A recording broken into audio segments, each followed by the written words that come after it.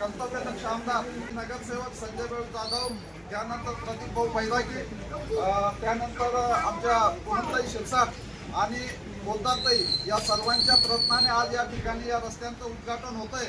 मला अतिशय आनंद वाटतो। गेल्या 40 वर्षापासून हा जो भाग होता तर हा भाग विकास कामांपासून वंचित होता। या ठिकाणी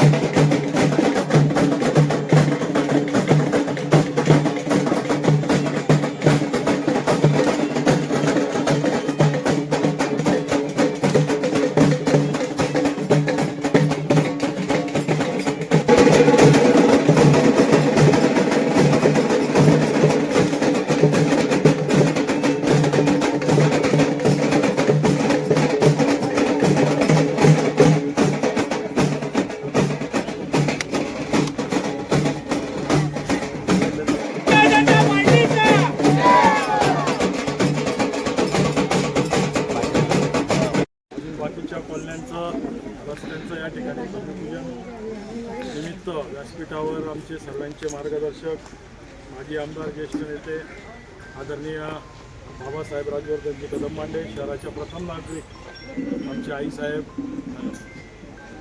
मायादेवी परदेशी, त्याचप्रमाणे जिल्ह्याचे अध्यक्ष गजेंद्र शेठ, उपमहापौर, सर्वच नगरसेवक आणि व्यासपीठ काही वर्षापासूनचं या पूर्ण कॉलनी एरियामध्ये पूर्णच या प्रभाग नंबर आत्ताचा 9 जुना नेरकर 16 त्याच्या पहिले भागांच्या वेळेचा 14 नेरकरला सर्व माहिती आहे।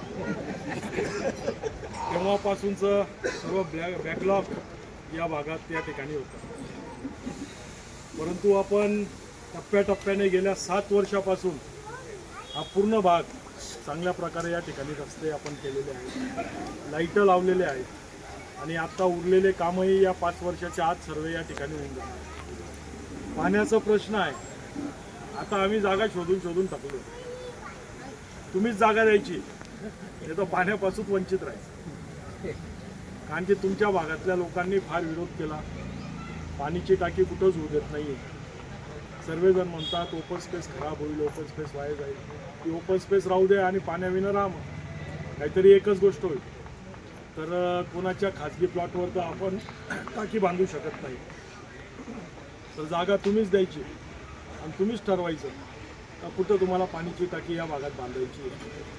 त्याला बांधायलाही कमीत कमी 8 महिने लागतात, म्हणजे छोटी पाण्याची टाकी नव्हती, तर ती जागा तुम्ही द्यायची, आम्ही ताबडतोब पाण्याची टाकी बांधून देऊ आणि नंतर तुम्हाला पाण्याची समस्या त्या ठिकाणी राहणार नाही। राहिले बाकीचे विषय ते सर्व आपण कामं केले। तुम्ही 4 नगरसेवक आमचे निवडून दिले, त्याच्या पहिलेही निवडून दिले, आत्ताही निवडून दिले, त्याबद्दल मी कॉलनीच्या सर्व नागरिकांचा मनापासून आभार व्यक्त करतो।